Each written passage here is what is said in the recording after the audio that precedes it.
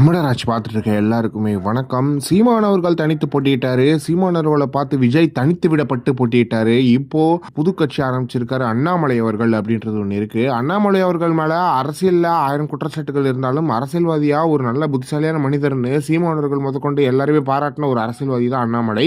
இப்போ அவர் பிஜேபியை விட்டுட்டு வெளியே வந்து ஒரு புது அரசியல் கட்சியை இயக்கியிருக்காரு. அதே மாதிரி அவர் தனித்து தான் போட்டியிட போறேன் அப்படின்ற மாதிரி சொல்லியிருக்காரு. சீமான் அவர்கள் எத்தனை பேர் தான் ஃபாலோ பண்ணி வர போறீங்கன்னு தெரியல. ஆனா சீமான் அவர்கள் பக்கத்திலும் சரி, சீமான் அவர்கள் அரசியல் கிட்டையும் சரி, எந்த ஒரு அரசியல் தலைவராலே வர முடியாது அப்படின்றதுதான் உண்மையும் கூட அப்படின்றது ஒன்று இருக்கு. எனவே வந்து இந்த நிலையில சீமான் அவர்களை தொடர்ந்து வந்தாலுமே சீமான் அவர்களோட அரசியலை பேச முடியாமலும் ஜெயிச்சதுக்கு அப்புறம் ஒண்ணுமே பண்ண முடியாமலும் பிளேமிங் பாலிடிக்ஸ் பண்ணிட்டு இருக்கிற நிறைய அரசியல் தலைவர்கள் அரசியல் கட்சிகள்லாம் நம்ம பார்த்துக்கிட்டு தான் இருக்கோம். எல்லாரும் சூனா பணம் ஆயிட முடியாது. ஒரே ஒரு சூனா பணம் தான் அது எங்க அண்ணன் சீமான் அவர்கள் தான் அப்படின்றதுல எந்த ஒரு மாற்றமே கிடையாது. அது மட்டும் இல்லாம அண்ணாமலை அவர்கள் மதச்சார்பற்ற அரசியலை முன்னெடுக்க போறேன் அப்படின்னு சொல்லியிருக்காரு. நீங்க பிஜேபியில இருந்திருக்கீங்க, நீங்க எப்படி மதசார்பற்ற அரசியலை முன்னெடுக்க போறீங்க அப்படின்றது தெரியல.